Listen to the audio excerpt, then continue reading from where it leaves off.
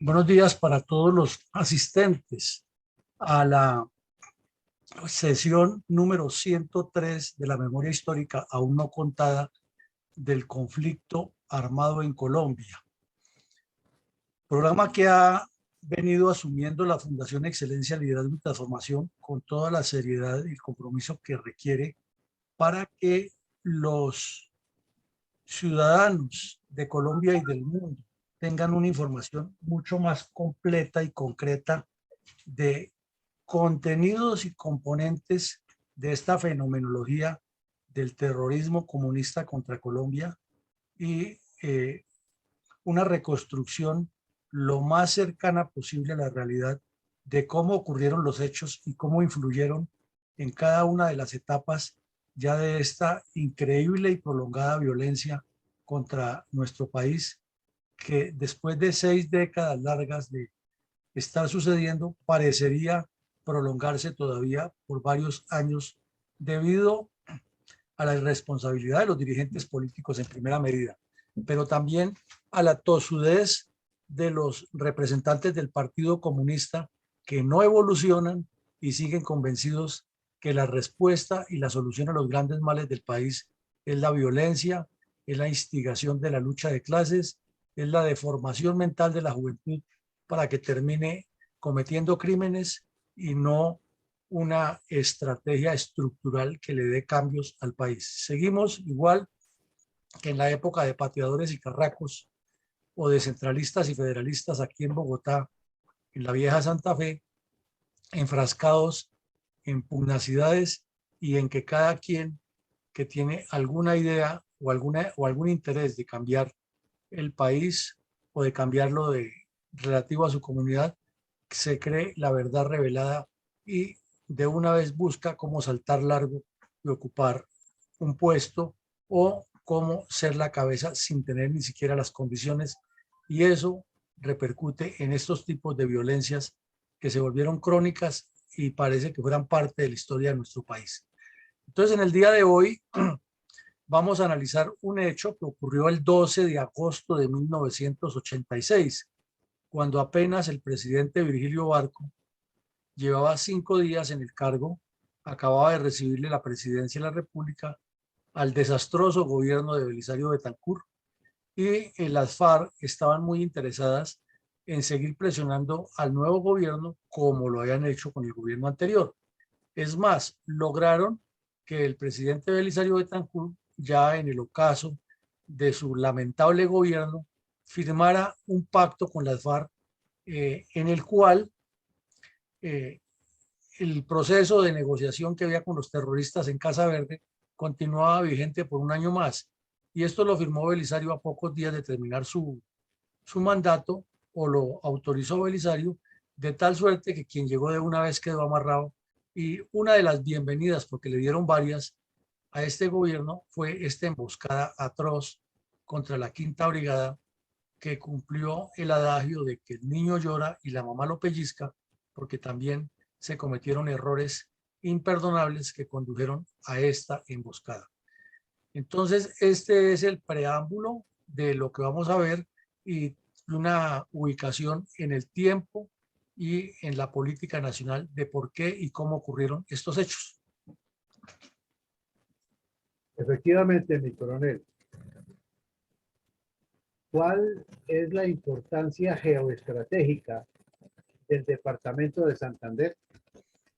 Bueno, aquí el mapa nos presenta el departamento de Santander o Santander del Sur, como lo conocemos más los colombianos de manera coloquial, pero realmente su nombre es Santander. Lo que ocurre es que hay un departamento que está ubicado al norte de este mismo departamento y se llama Norte de Santander, pero no hay Santander del Sur y Santander del Norte, simplemente hay Santander y Norte de Santander.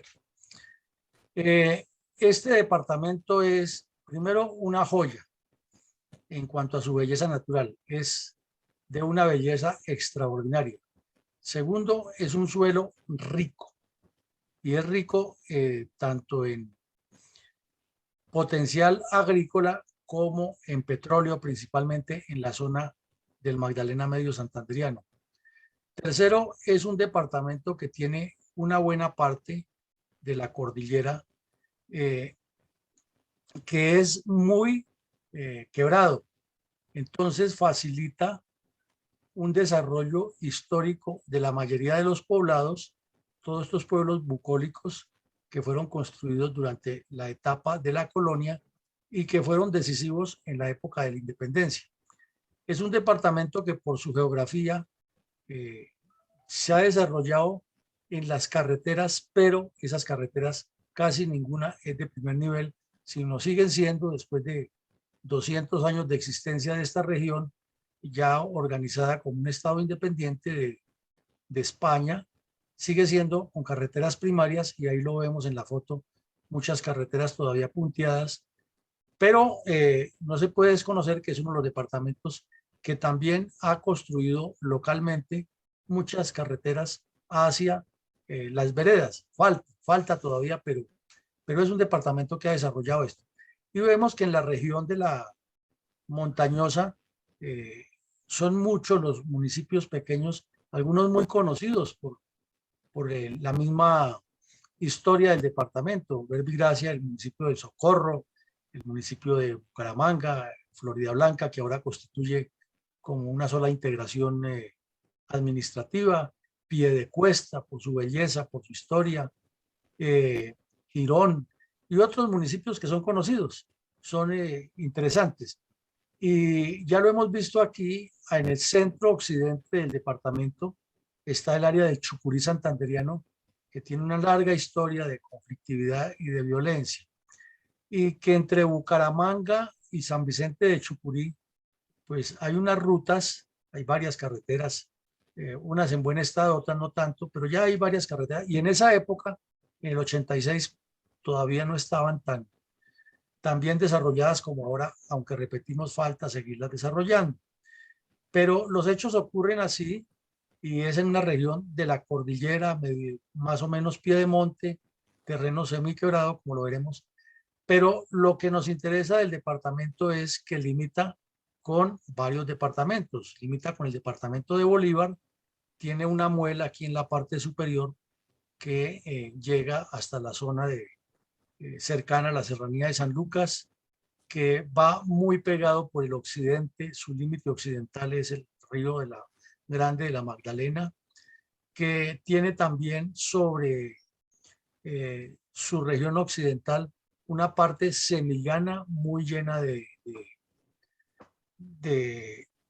agua, tiene varios cursos de agua, es un departamento bendecido en ese sentido. Entonces es una zona agrícola, pero también una zona de mucha conflictividad, porque en la parte del Opón, en la parte del Carare, en la parte de Araujo, de Parra, de Wilches, de Yarí, en los llanos de Yarima, como lo llaman, siempre ha habido posibilidad de que los grupos terroristas de distintas vertientes, todas comunistas, se asienten, y que un pueblo guerrero, porque el pueblo santandereano es guerrero, es de temple, haya respondido de una u otra manera contra estos grupos. También hay otra realidad que no se ha decantado en la historia. Y por su larga tradición de participación en los conflictos que ha habido en Colombia desde las guerras civiles, existe también en el ADN del campesino santanderiano la predisposición para asumir presencia armada de acuerdo con sus convicciones o de acuerdo como lo manipulen. Pero a pesar de todo eso, el campesino santanderiano es trabajador, es honesto, es creativo, y es leal con lo que se compromete. Desafortunadamente, si le manipulan su mente, pues termina metido en cosas que no son. Entonces vemos que el departamento también limita por el nororiente, norte, más norte que nororiente, con el departamento de Cesar, y cae ya prácticamente en el piedemonte de la serranía del Perijá, o también termina siendo prácticamente parte de las llanuras del sur del Cesar, donde ha habido otras conflictividades que en este momento no las vamos a tocar, pero que son reales y existen, porque es la larga tradición de esa zona. Y al nororiente, más específicamente, la zona más quebrada, está los límites con el departamento de Norte de Santander, que es otra tierra bellísima, que tiene un valor geoestratégico, porque es límite con Venezuela y porque articula toda la historia desde la formación de Colombia, la República de la Nueva Granada, con todo lo que se trató de organizar en las diferentes etapas que constituía el Estado Grande de Santander. Y al oriente y sur del departamento de Santander está un gran límite con el departamento de Boyacá, cuya cultura y cuyas características, en especial por la zona cordillerana, coinciden al sur en muchas partes, al sur del departamento de Santander, pero también se diferencia de la religiosidad y de la forma de ser del campesino boyacense. En síntesis, toda esta riqueza geopolítica, esta riqueza cultural, esta riqueza sociopolítica y social es una fuente para cualquier investigación profunda y para poder entender por qué la guerrilla comunista se asentó durante tantos años en esta región del país. Y finalmente vemos en el mapa de Colombia que el departamento está supremamente bien ubicado porque no está nada distante de la capital de la República, porque limita con el departamento de Antioquia también, que es fundamental en el desarrollo nacional y en el proceso de los ferrocarriles. Durante muchos años el comercio de Colombia se movió por esos ferrocarriles y las carreteras siguen siendo muy importantes. Y hacia el sur todo está muy cerca del departamento de Boyacá, hacia el oriente está demasiado cerca de la República de Venezuela, de Arauca, del Casanare, y tampoco está tan lejos del Meta porque no es sino atravesar parte de Boyacá y estará por la cordillera oriental enclavado en el departamento del Meta y de ahí para allá pues se puede mover a cualquier lado. Que faltan vías para que esto sea más expedito, es cierto, pero en la larga tradición campesina y de guerrillas, esto no es problema las montañas porque al contrario son un aliado de todos esos movimientos. Entonces esa sería la importancia geopolítica, mi coronel González. Mi coronel, ¿cuáles son las características geopolíticas del municipio de Lebrija? Y en particular, el sitio donde ocurrieron los hechos relacionados con la emboscada de la cuadrilla 30 de las FARC contra las tropas de la Quinta Brigada, en un sitio denominado Vuelta del Diablo, municipio de Lebrija, en el 86. Bueno, muchas gracias, mi coronel. Entonces vemos tres mapas acá. Al occidente vemos el mapa con el recuadro resaltando lo que ya explicamos de la ubicación geoestratégica del departamento de Santander. Luego vemos un mapa del departamento de Santander donde articula esta región de la cual hace parte el municipio de Lebrija. Y vemos que son municipios de una importancia capital para el desarrollo del departamento, para el desarrollo mismo del país, para la agricultura, para el turismo, para la historia y para lo que es la proyección geopolítica de nuestro país y del mismo departamento. Entonces vemos que está atravesado de noroccidente a suroriente por un municipio muy grande que es el municipio de Río Negro, que particularmente en su área noroccidental ha tenido mucha influencia de los grupos terroristas, particularmente de las FARC. Vemos que hacia el centro-sur de esta región del departamento de Santander está el municipio de Lebrija, que es donde ocurren los hechos que vamos a analizar hoy. Y que en el centro de esta región está un municipio que es muy pequeño en territorio en comparación con los demás, que es el municipio de Bucaramanga, que es la capital. Y ahí está pegado pues Floridablanca y Girón al municipio de Bucaramanga. Pero en realidad el área de Bucaramanga, que es la capital, es muy pequeña frente a los demás municipios. En cambio, Lebrija, que está pegado en el norte con Río Negro y con el y Río Negro con el Playón, donde se ha desarrollado ya bastante acción criminal de las guerrillas, es una zona de tránsito, es una zona por la cual se sale hacia el occidente de Bucaramanga y luego se avanza hacia el sur y hacia el occidente del departamento. Existe ahora la carretera más grande de Florida Blanca que recorta esos caminos, pero en esa época donde ocurrieron los hechos era por donde les digo. Bueno, entonces la sola ubicación geográfica dentro de ese contexto geopolítico hace que el municipio de Lebrija sea muy importante y que tenga un valor esencial, habida cuenta que si recordamos el mapa anterior, toda esta zona ya es montañosa, eh, en algunas partes semiplana, pero un territorio ideal para la guerra de guerrillas y para el movimiento de grupos armados ilegales. Gracias, mi coronel. El gobierno llevaba 5 días en ejercicio, tal como lo manifestó mi coronel al iniciar el programa del día de hoy, con la administración del presidente Vicente Duarte. En ese orden de ideas, ¿cuál es la importancia estratégica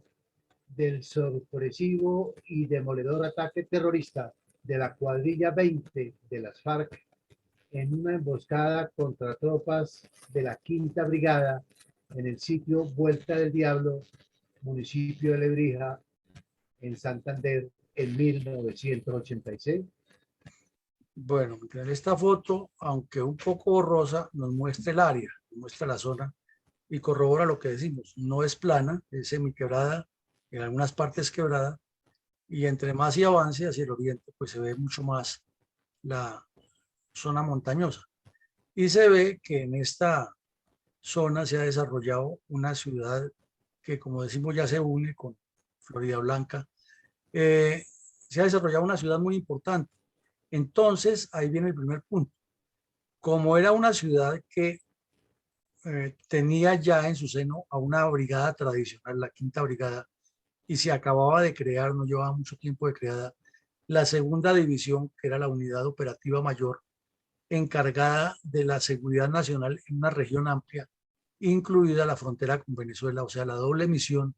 de defender a Colombia de una eventual agresión internacional o de garantizar la seguridad de los ciudadanos en los departamentos limítrofes con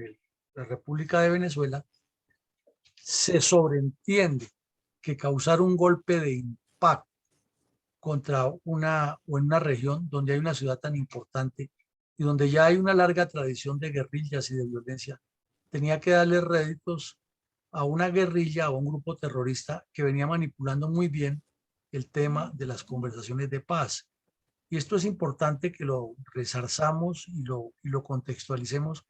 porque es que se suele cometer el error de identificar estos sucesos solamente con la violencia, que de hecho lo es violencia y no debe ocurrir, pero nunca se articulan en esos análisis el por qué ocurrieron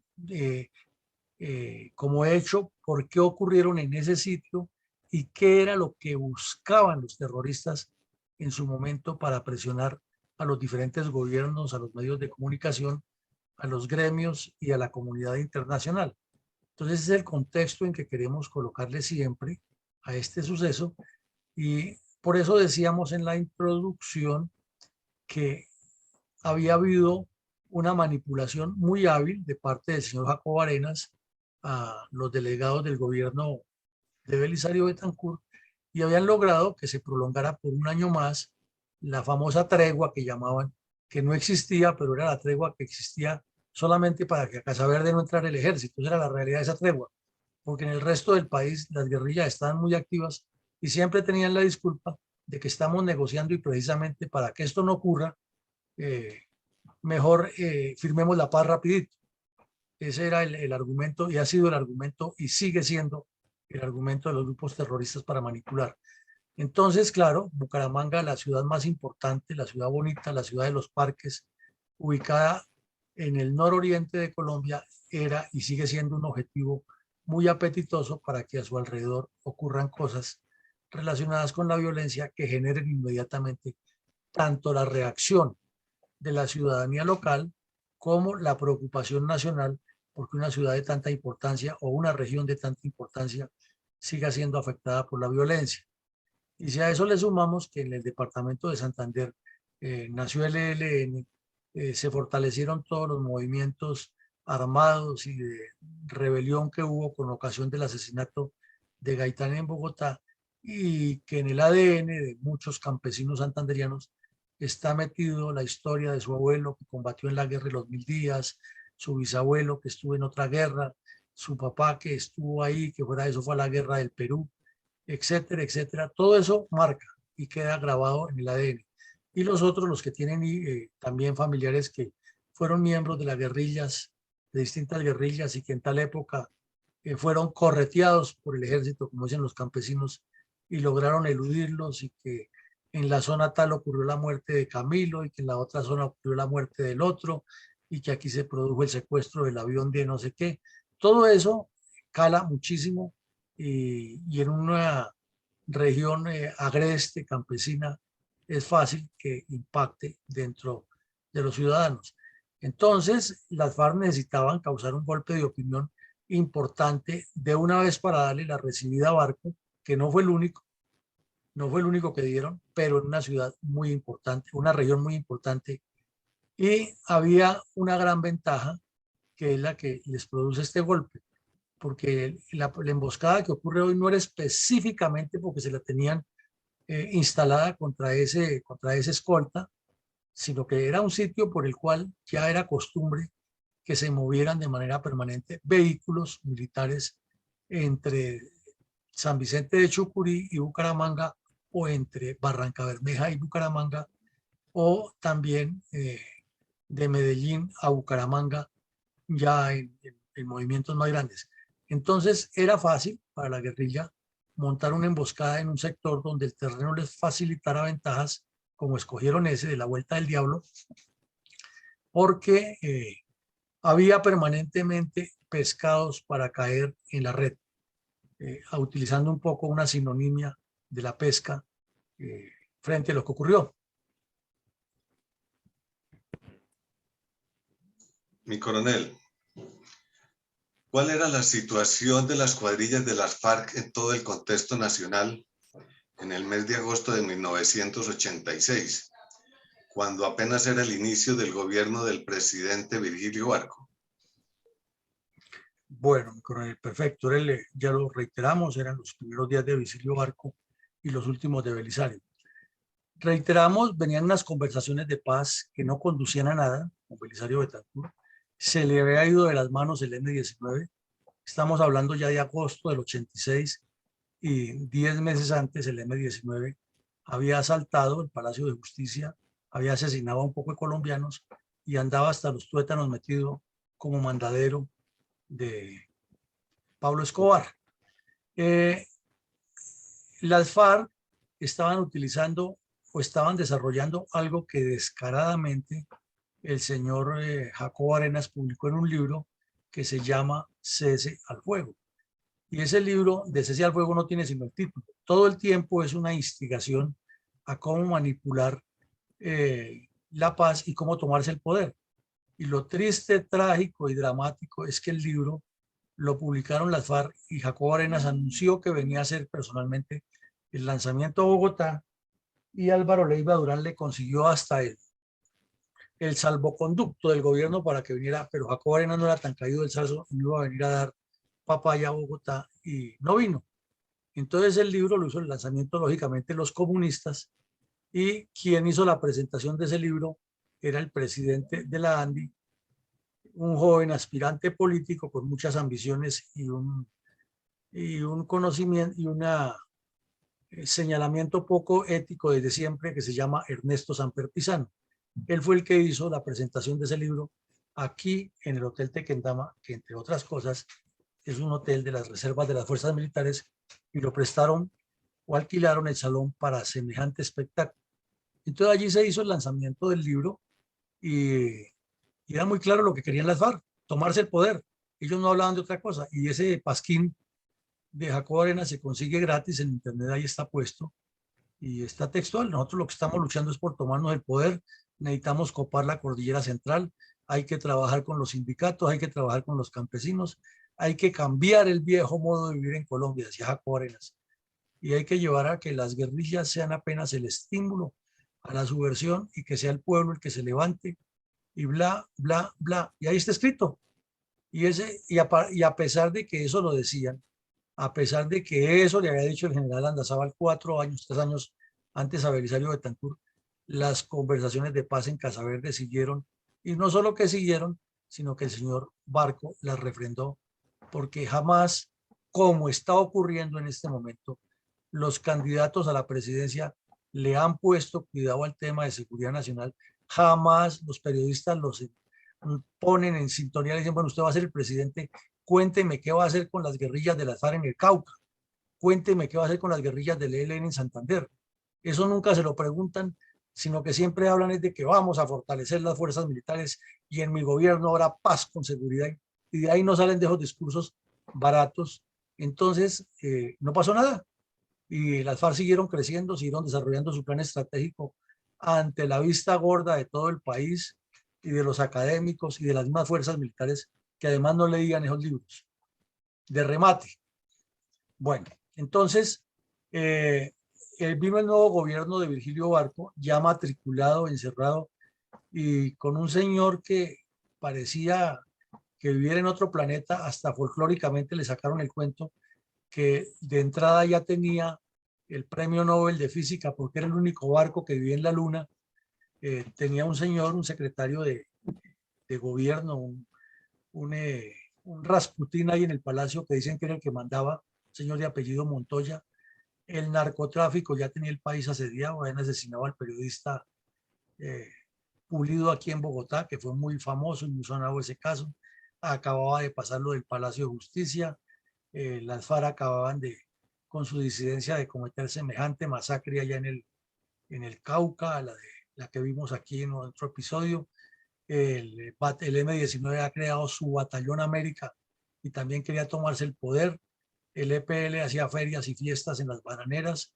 Los mal llamados paramilitares del Magdalena Medio y Urabá estaban armados. Entonces, el país estaba en un conflicto muy fuerte, con un presidente desenfocado,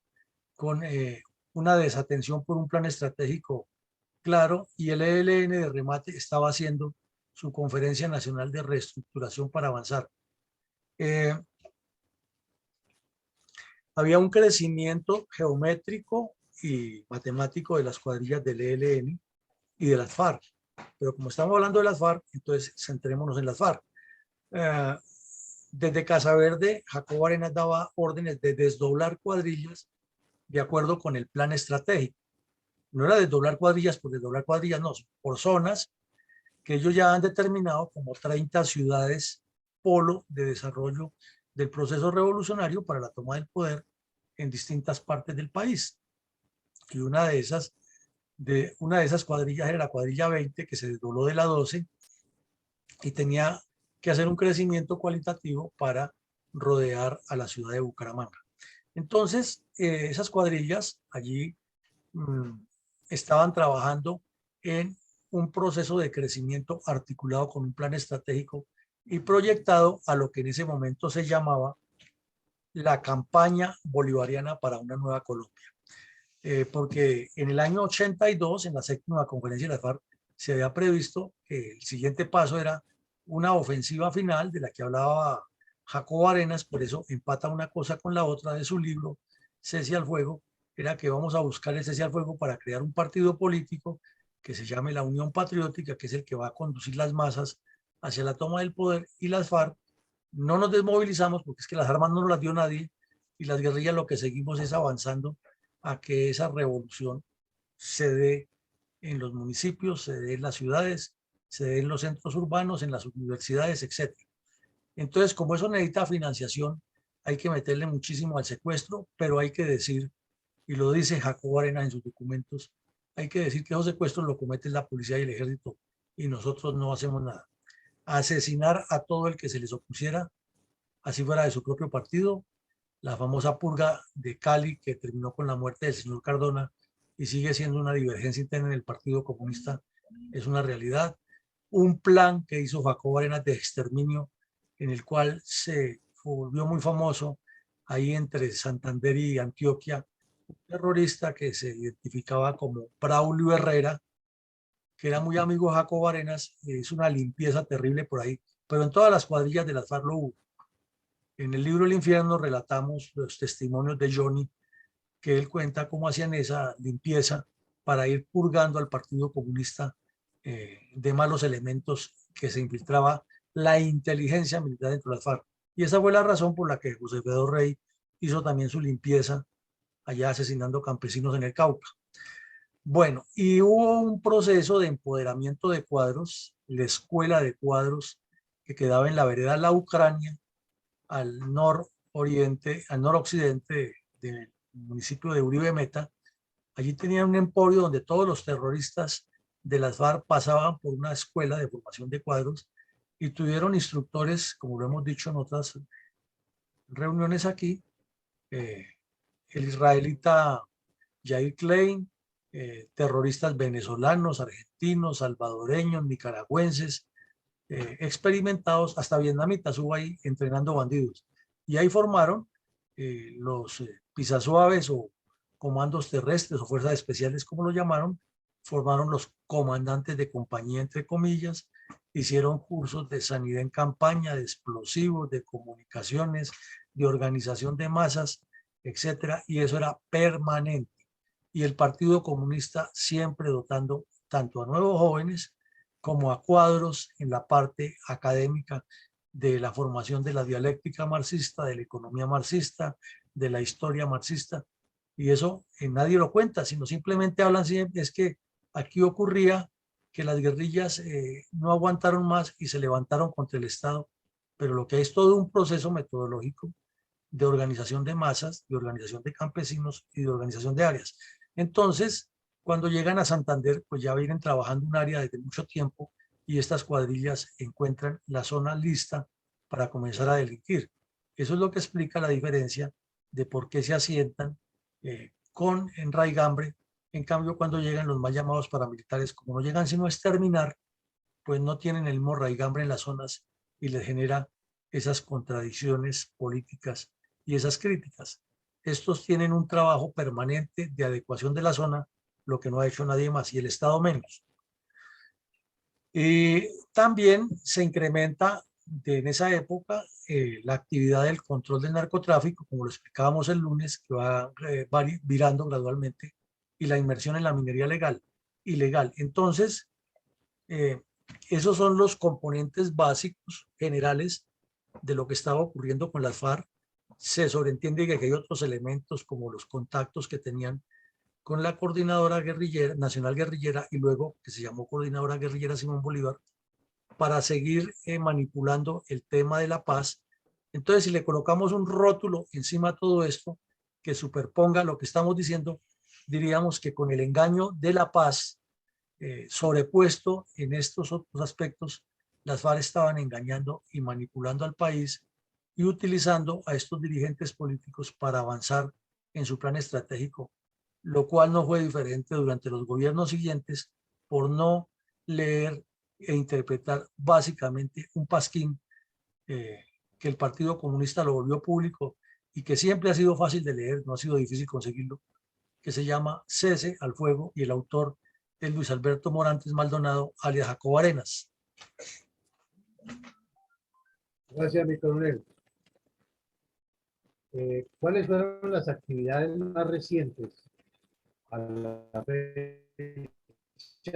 de este sorpresivo y demoledor ataque terrorista materializado en la emboscada de la cuadrilla 20 de las FARC a tropas de la Quinta Brigada en el sitio denominado Vuelta del Diablo en Lebrija, Santander, en 1986? Bueno, entonces, pues antecedentes hay muchísimos, ¿no? Y esta cuadrilla duró muchos años en formación y en estructuración. Recordemos,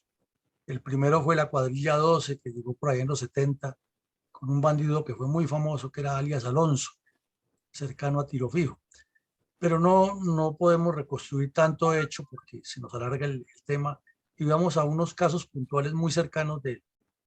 la emboscada. Y fue que el 26 de junio, o sea, un mes y medio antes de que ocurriera esta emboscada, en el municipio de Sabana Torres,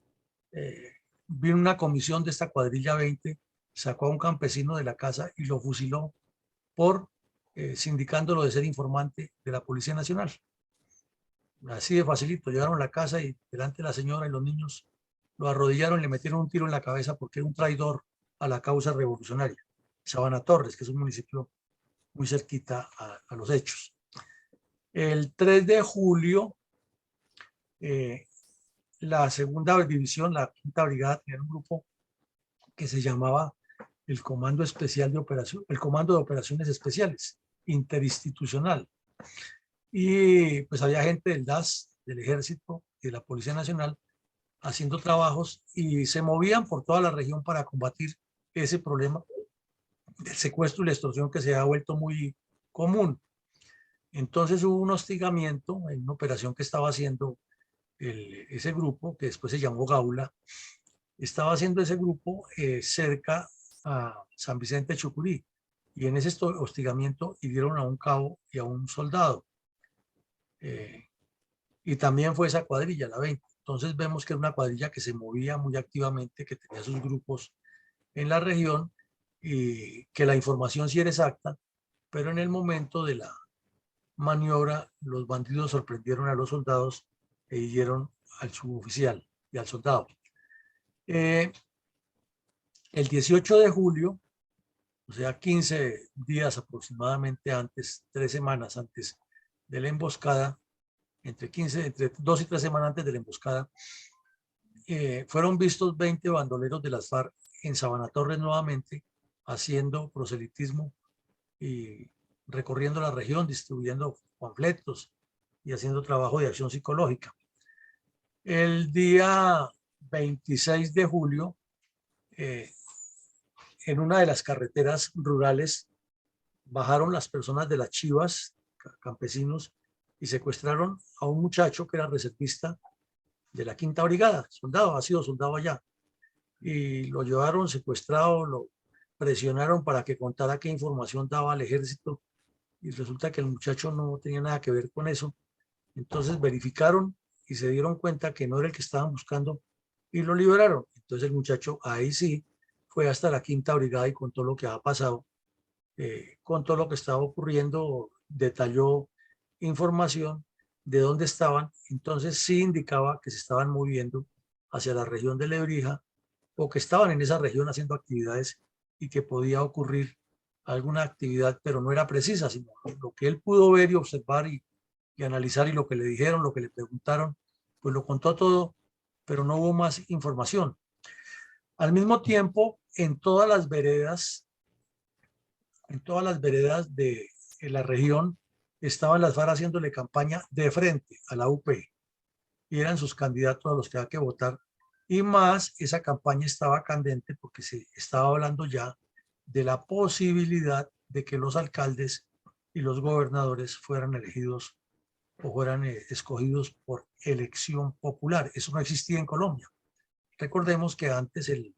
presidente de la República nombraba por decreto al gobernador, y los gobernadores, en coordinación con él, en la presidencia de la República y el Ministerio de Gobierno, nombraban los alcaldes, y había alcaldes que eran eternos. Había alcaldes que duraban en esos municipios, unos buenos, otros malos, pero nadie los elegía, sino los nombraba el gobernador o directamente el presidente, o un político padrino que tuvieran en el ministerio, o un senador intercedía por ellos, y esa era la forma como se manejaba. Entonces las FARC, por medio de la UP, estaban insistiendo en varias cosas: que alcaldes y gobernadores debían ser elegidos por votación popular, y la UP encabezó eso y tuvo respaldo de otras corrientes, inclusive de los liberales. En el Huila fue un caso curioso que el señor Plaza Salcid, uno de los capataces más grandes del poder, uno de los capos del poder en Colombia, de los liberales, hizo alianza con la UP y de esa manera se lanzó a la Cámara, y además hizo su campaña política en el Huila. En Santander, pues la UP tenía sus representantes, pero las FARC eran las que hacían la campaña descaradamente y obligaban a los campesinos a votar, y los forzaron a organizar esas cooperativas agrícolas que en los años 88 y 89 hicieron tantas manifestaciones y que condujeron al asesinato de un coronel y de un capitán en San Vicente de Chucurí.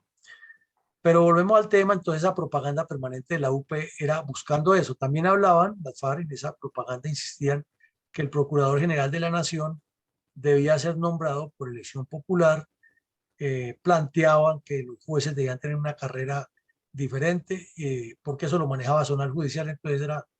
al ritmo que ellos querían. De todo eso lograron concretamente la elección de alcaldes en sinergias con el Partido Liberal. Bueno, el reclutamiento de menores era nacional, entonces al ser nacional, la región de Santander no podía ser la excepción y estaban reclutando muchachos para meterlos a las guerrillas y para integrarlos a los diferentes grupos o trasladarlos a otras regiones donde se estaban formando nuevas cuadrillas. Todo, repito, con base en un plan, en un estudio y alrededor de unos sitios determinados. Si es un trabajo estratégico que no se le ha puesto el cuidado que corresponde y por eso se especula tanto en la academia y se termina por las ramas analizando o definiendo un problema sin hacer el análisis de fondo de dónde están las cosas y cómo ocurre. Desde esa época comenzaron a incitar a los paros campesinos que, como decíamos ahora, tuvieron metástasis en el año 88, 89. Y esos paros era sacar a la gente a protestar, a cerrar las calles, a exigir al gobierno A, B y C, mientras la coordinadora guerrillera de manera inclemente derribaba torres de energía por todo el país, derribaba las torres de comunicaciones, dinamitaba los puentes, incendiaba las tractomulas y todo lo llamaban las campañas para exigirle al gobierno X o al gobierno Y la despedida del gobierno tal y la bienvenida del otro. Y encontraron la debilidad de carácter de los gobiernos de Belisario Betancur y de Virgilio Barco, inclusive del mismo Gaviria, que les permitieron seguir con su guarida de bandidos en Casa Verde, dirigiendo desde ahí todas estas actividades con la garantía de que el ejército no podía entrar, porque entonces se rompían los diálogos.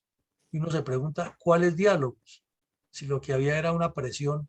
igual a la que le hicieron en La Habana a Juan Manuel Santos o en el Caguán a Pastrana. O sea, todo es repetido, todo reiterado, un mismo esquema y no había acción de parte del gobierno para cambiarle la dinámica, sino que toda la iniciativa estratégica la impusieron los bandidos. Entonces, esos eran los antecedentes más cercanos de lo que estaba ocurriendo en esa región antes de que sucediera la letal emboscada, coronel Alarcón. Muchas gracias. Mi coronel, ¿cuáles fueron las actividades más recientes a la fecha del ataque terrorista materializados con la emboscada de la cuadrilla 20 de las FARC a las tropas de la Quinta Brigada? Bueno, también ahí hay una lista larga de hechos, sin embargo hemos tomado algunos pocos para ubicarnos en el contexto. Es que las brigadas del ejército han tenido siempre la instrucción de que mensualmente el jefe de Estado Mayor, que es el segundo comandante de una brigada, viaja a las diferentes unidades tácticas. A veces se hace una sola reunión y se revisan todos los documentos, pero lo lógico o lo adecuado o lo más conducente es que el jefe de Estado Mayor viaje a la unidad y presida lo que se llama la reunión administrativa mensual. ¿Y en qué consiste eso? En que todas las comisiones administrativas de la unidad táctica, los que manejan recursos del Estado, los que administran los casinos, que son recursos de los socios, los que administran los procesos de logística y de materiales de guerra, intendencia, comunicaciones y sanidad, presenten sus balances, cómo se invirtieron los recursos que giraron el Estado, si se están cumpliendo al pie de la letra las órdenes que llegan de tanto del Comando de la Fuerza como del Ministerio de Defensa como de la Contraloría General en los controles de los gastos, en la ejecución de las partidas. Entonces el jefe de Estado Mayor, que ya es una persona por su antigüedad, por su cargo y su responsabilidad experimentada, viaja a esas unidades, revisa libros, revisa contratos, puede ir inclusive a donde se hacen las contrataciones y verificar que la documentación que presenta la unidad corresponde con la que existen los archivos de las entidades, que se estén cumpliendo los procedimientos establecidos en la ley, etc. Entonces el jefe de Estado Mayor de la Quinta Brigada, que era el coronel Focasio, recibió la orden de viajar al batallón Nueva Granada a pasar revista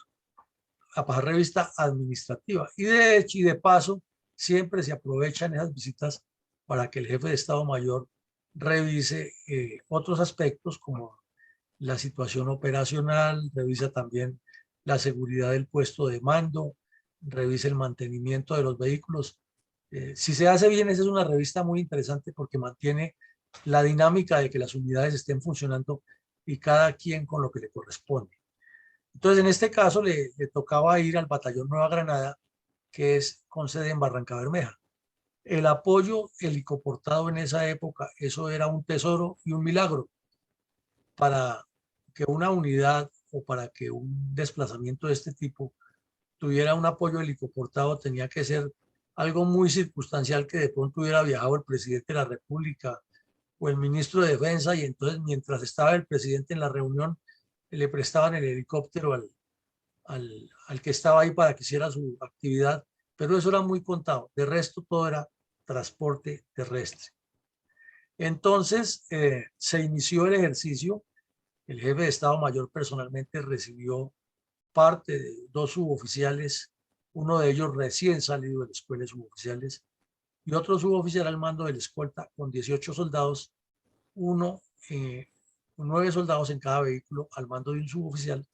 y el jefe de Estado Mayor saldría en su vehículo de dotación oficial, que era un Mercedes de color verde viejo, un vehículo Mercedes-Benz, que eran muy buenos pues para las ciudades, ¿no? Entonces se hizo la revisión de la patrulla, el coronel ordenó ahí unos ejercicios de qué reacción tendrían en caso de un ataque,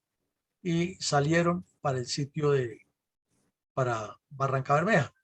Cuando ya iban en el camino, entonces uno de los 2 vehículos Huipon, de esos vehículos viejos del ejército, comenzó a fallar. Entonces varias veces tuvieron que parar hasta que definitivamente el coronel, viendo que no habían avanzado mucho de Bucaramanga para acá, tomó una decisión que fue que el vehículo que estaba fallando se devolviera para Bucaramanga y que el otro vehículo continuara él adelante, porque él venía un Whipon, el Mercedes y otro Whipon.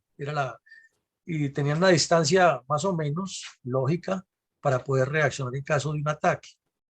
Pero con estas fallas del otro vehículo, tomó la decisión de que él se iba adelante en el Mercedes-Benz y que seguido iba detrás del segundo Whipon protegiéndolo, y que el otro se devolviera para Bucaramanga, porque definitivamente no iban a llegar nunca,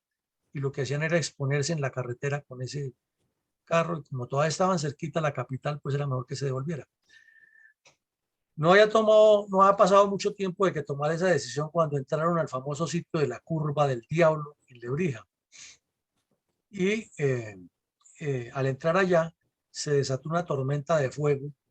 granadas, explosivos, pero los bandidos no le dispararon al Mercedes-Benz, quizás porque lo confundieron con un vehículo civil, sino que enfocaron todo el ataque fue contra el segundo vehículo. Y el coronel, pues muy difícil juzgar las circunstancias, tampoco se detuvo, sino que siguió derecho con el carro y dejó la emboscada. Y cuando ya encontró una finca donde consideró segura, desde un radioteléfono que tenía en la finca, llamó y comunicó lo que estaba ocurriendo. Pero el otro vehículo, el del otro suboficial, al escuchar las explosiones y los tiros, se devolvió. Sin embargo, cuando llegó al sitio, ya lo único que encontró fue muertos, y evitó que los bandidos le robaran los fusiles a los soldados que quedaron heridos, o si no hubiera sido peor y los hubieran rematado. Afortunadamente ese vehículo medio sirvió para regresar. Entonces, sí, el coronel jefe de Estado Mayor salió de emboscada, quedaron esas tropas sin ningún comandante. Claro, él no era el comandante de la patrulla, él iba siendo escoltado, pero seguramente su experiencia y su conocimiento hubiera ayudado más. Sin embargo, salió de la emboscada y dejó a esta gente sola. Regresó el segundo vehículo tomaron la posición del sitio, pues ya obviamente desde Bucaramanga enviaron patrullas de revisión, de apoyo, evacuaron al coronel, no hubo la revista al batallón, se cambió eso, después tocó aplazarla, pedir un helicóptero, bueno, eso ya son cosas posteriores. Pero en el registro que se hizo en el área no hubo ningún resultado contra los bandidos. Ellos sí tuvieron resultado positivo porque se robaron un poco de armas, pero no hubo resultado y fue una emboscada exitosa, un golpe publicitario increíble, fue la bienvenida a Barco y ya ustedes supondrán todo lo que Juan Guillermo Ríos, que era el periodista estrella de la época, le daba brillo por la televisión, y Yamid Ahmad y Juan Gozaín, y todos los que publicaban era cuestionando que por qué no se hacía la paz con la guerrilla, etcétera. Mi coronel, ¿cómo se cuantifican las estadísticas y resultados de la criminal emboscada de la cuadrilla 20 de las FARC en el sitio Vuelta del Diablo en Lebrija, Santander, en 1986? En el sitio quedaron 7 militares muertos, un suboficial y 6 soldados. Y 6 soldados heridos. Entonces, esto quiere decir que al primer camión de una vez se los llevaron a todos, porque si eran un suboficial y 9 soldados, eso significa de una vez que los 7 muertos fueron de ahí y que los otros 2 quedaron heridos. Y de los que llegaron a apoyar, también alcanzaron a herir a 4, no de gravedad, pero fueron heridos por disparos. Y solamente los bandidos se alcanzaron a llevar 7 fusiles, repito, gracias a la reacción del segundo camión o del segundo grupo que se devolvió al escuchar las explosiones. O sea, hubo una responsabilidad importante del suboficial que estaba recién salido de la escuela de suboficiales, pero que entendió que había que ir a apoyar al primero porque el sargento lo asesinaron. Y le alcanzaron a robar el radio que llevaban en el primer vehículo. Entonces, como sucedía en el ejército por escasez de radios, la patrulla o los que quedaron vivos se quedaron sin comunicación. O sea, prácticamente fueron los civiles de la región los que pasaron la información, y la llamada que hizo el coronel por radioteléfono, pero que él no sabía qué había pasado porque se había ido de la emboscada y no, simplemente estaba reportando que lo han atacado. Entonces, esos fueron los trágicos resultados. Y del otro lado, como ya lo dijimos, ni un rasguño para ningún bandido. Mi coronel, ¿cuáles son las consecuencias derivadas de este audaz ataque terrorista por parte de la cuadrilla 20 de las FARC contra la Quinta Brigada? Entonces, primera medida, pero una consecuencia lógica de deducir de ahí es que hubo un posicionamiento de las FARC, del ELN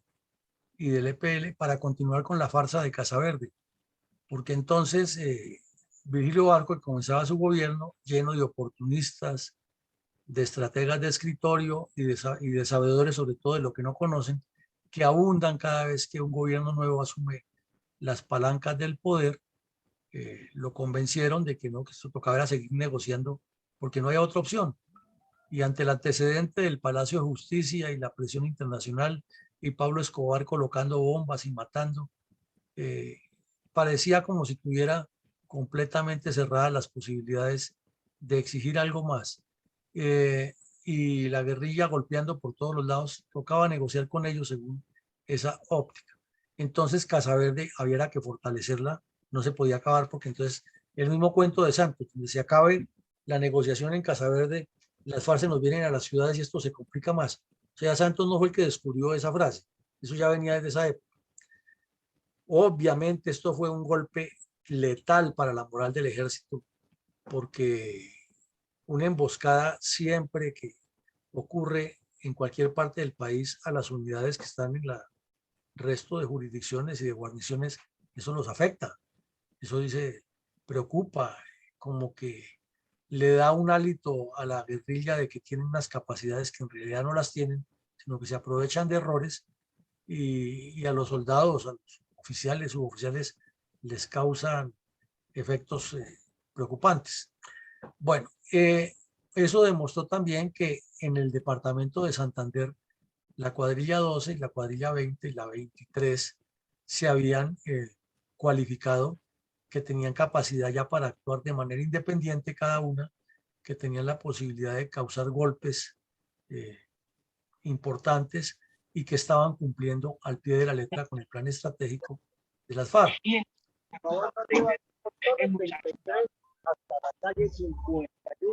Hasta que ya se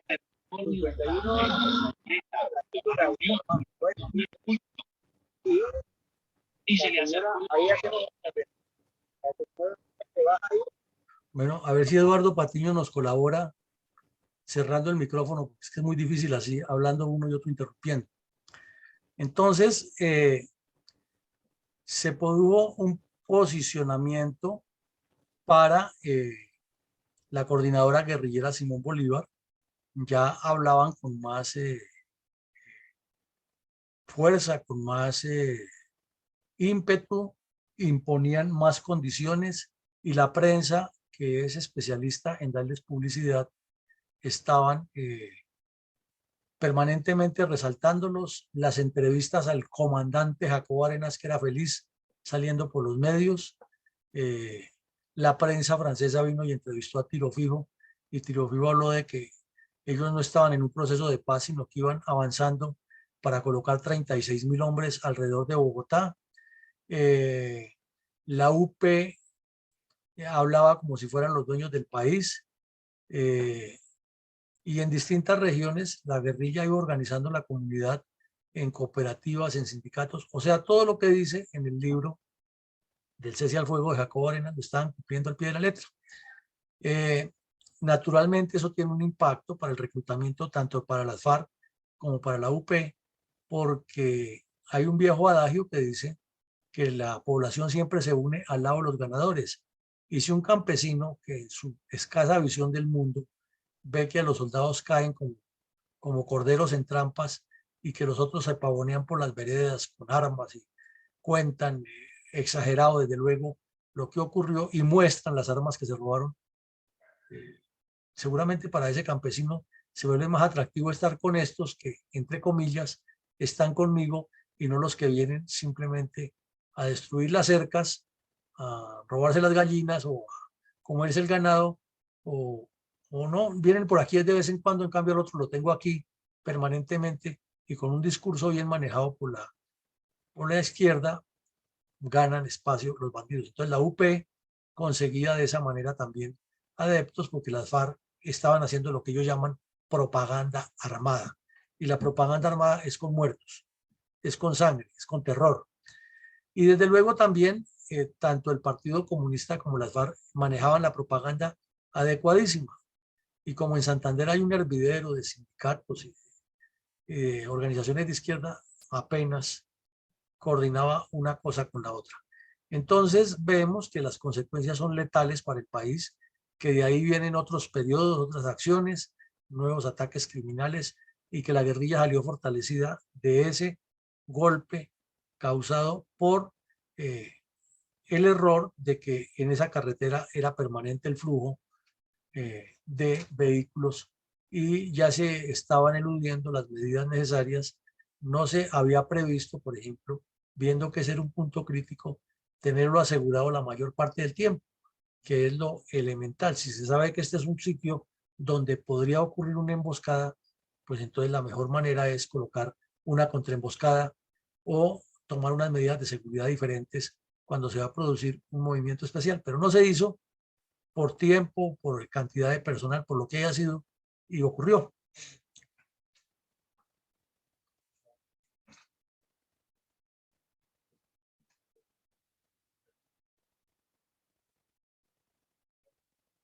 Adelante, mi coronel Alarcón.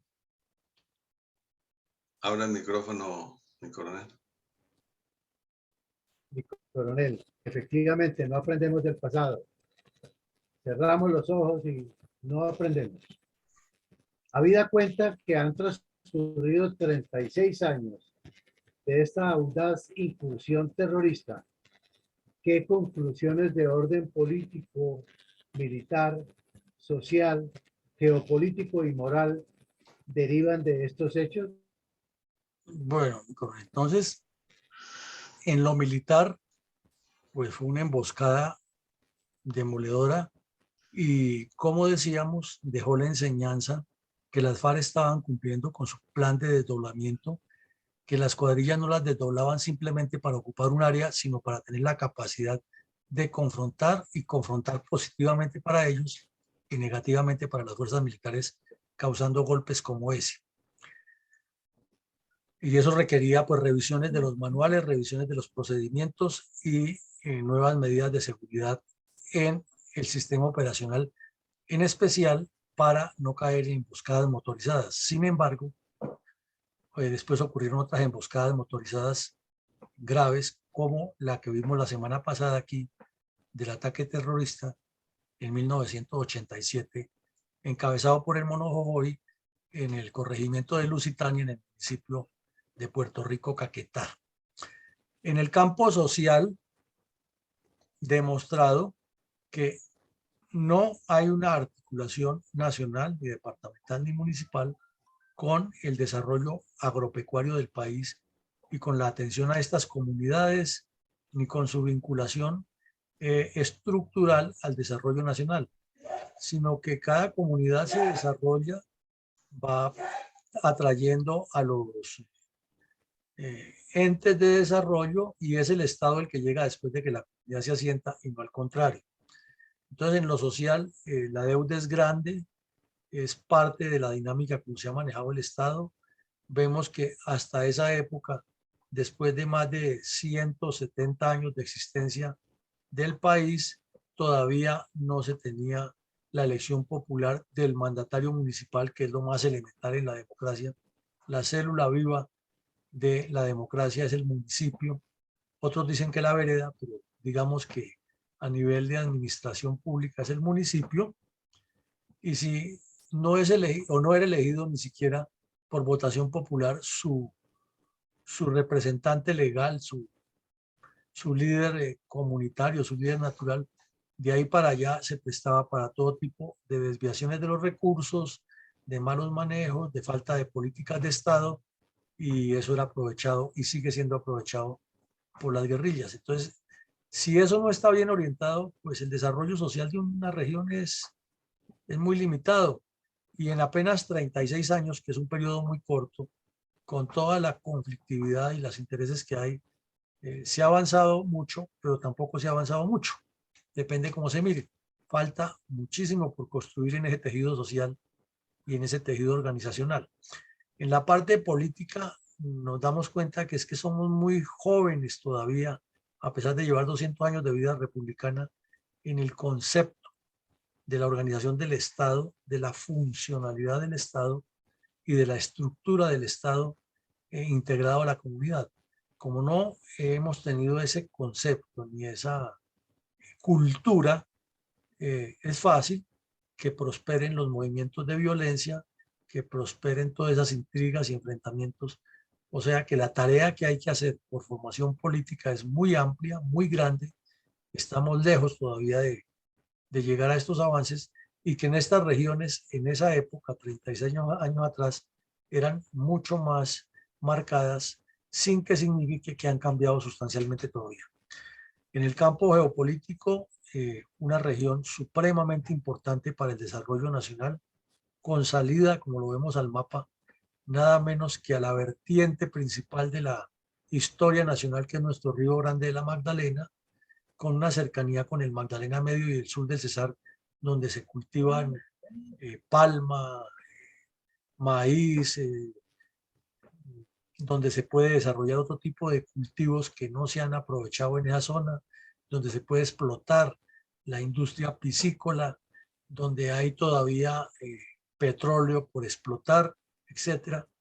No se le ha dado esa trascendencia geopolítica y ha sido utilizado como un botín de los políticos locales y regionales para apoyar a los nacionales o para mantenerse en sus conciliábulos. Y entonces Santander, igual que todos los departamentos, sigue dependiendo de la familia o de la casa Galvis, de la casa Serpa, de la casa de los Aguilar, de la casa de no sé quién, cuando un departamento con toda esa potencialidad y con gente tan capaz, porque hay gente muy capaz en ese departamento, debería tener otro proyecto de vida geopolítica como departamento y como parte de un todo en la nación.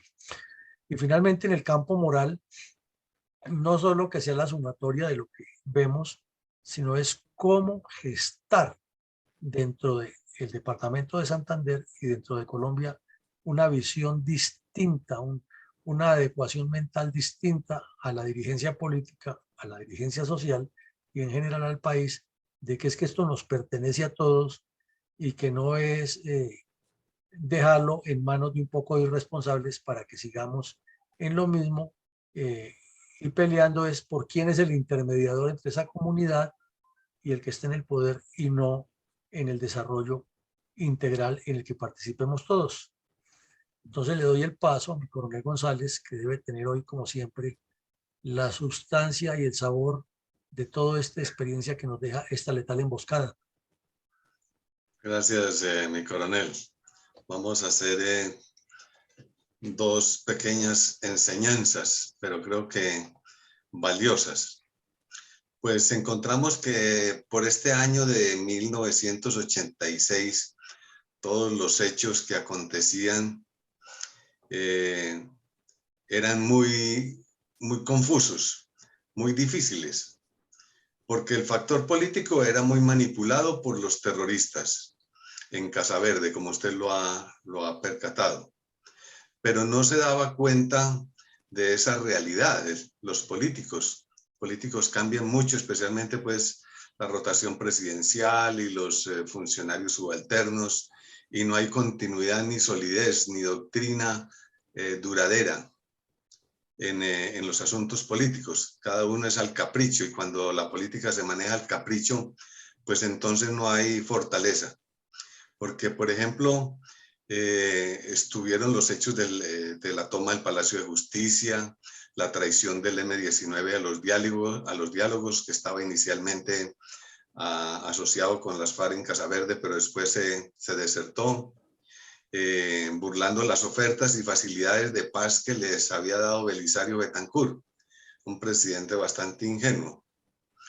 El asesinato del campesino que usted nos narró, la pandilla que fue a Sabana de Torres a hacer proselitismo político armado, y también la campaña política armada de la UP,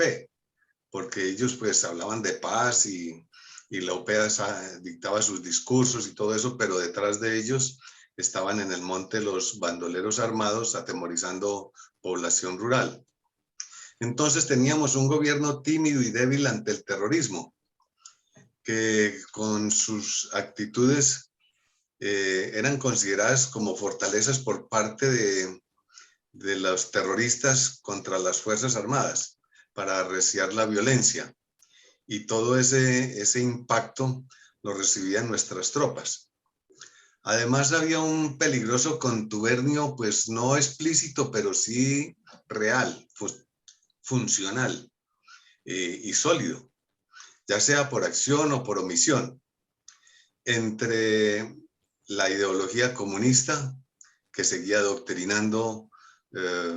las gentes en el espíritu de la revolución y del alzamiento leninista y de la brutalidad estaliniana y etcétera.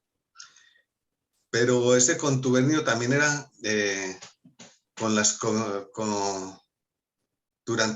no era solo durante los comicios políticos que se estaban llevando a cabo en ese tiempo, sino en general con el pensamiento político de todos los líderes, que ya se sentían inclusive muy contaminados de ese comunismo y siempre hablaban de que había que hacer la paz por las buenas, a pesar de que los terroristas la querían imponer por las malas. Y además se asoció también el contubernio, ingresó al contubernio el narcotráfico, como usted también lo mencionó, por parte de los mafiosos de Medellín, que financiaron la toma del asalto del Palacio de Justicia y que para que no los extorsionaran, entonces hacían pactos con las cuadrillas terroristas, con las cuadrillas armadas. Y además bastante ayudaba esa preponderancia y esa exaltación, esa magnificación que daba el periodismo a los hechos de asalto a las cuadrillas, de las cuadrillas a las tropas, como el que acabamos de narrar en La Vuelta del Diablo. Entonces se les mostraba pues como grandes y heroicos Robin Hood, que defendían a la población de un supuesto atropellamiento del Estado. Y no faltaba para más sino el adoctrinamiento de los docentes en las academias y las universidades, conquistando mentes de juventudes para que se fueran al monte a echar bala. Y lógicamente con el apasionamiento y el reflejo instintivo y la adrenalina de la juventud, pues ir a cargar un fusil al monte era una acción heroica. Y además la tolerancia diplomática con gobiernos comunistas como en el caso de Cuba, que por todas esas acciones que eran muy evidentes su patrocinio y su adoctrinamiento, pues se debía haber roto relaciones con esa nación. Recordemos cómo apoyaron, por ejemplo, y acogieron a los asaltantes de la embajada aquí en Bogotá y otras cosas más, secuestros de aviones, secuestradores de aviones, etcétera, etcétera. Pero sin embargo, nuestra fuerza diplomática ha sido muy débil y muy pusilánime, muy tímida en hablar con fortaleza. Ya vemos cómo le hablaron con atrevimiento a nuestro presidente esta semana en las Naciones Unidas y nosotros tímidamente a veces solamente respondemos con palabras indulgentes, ideas de pacificación, mientras los otros son unos osados y atrevidos. Entonces, ese contubernio en todos esos conceptos, pues nos ha convertido en una nación con un gobierno débil, que lógicamente ha propiciado, por acción o por omisión, este terrorismo, mi coronel. Muchísimas gracias, mi coronel, muy amable. Entonces le pedimos el favor a mi coronel Alarcón que a estas sustanciosas reflexiones que nos acaba de hacer mi coronel González, usted le agregue los comentarios o lo que tenga en la red para ya entrar en la parte final del programa. Excelente reflexión la de mi coronel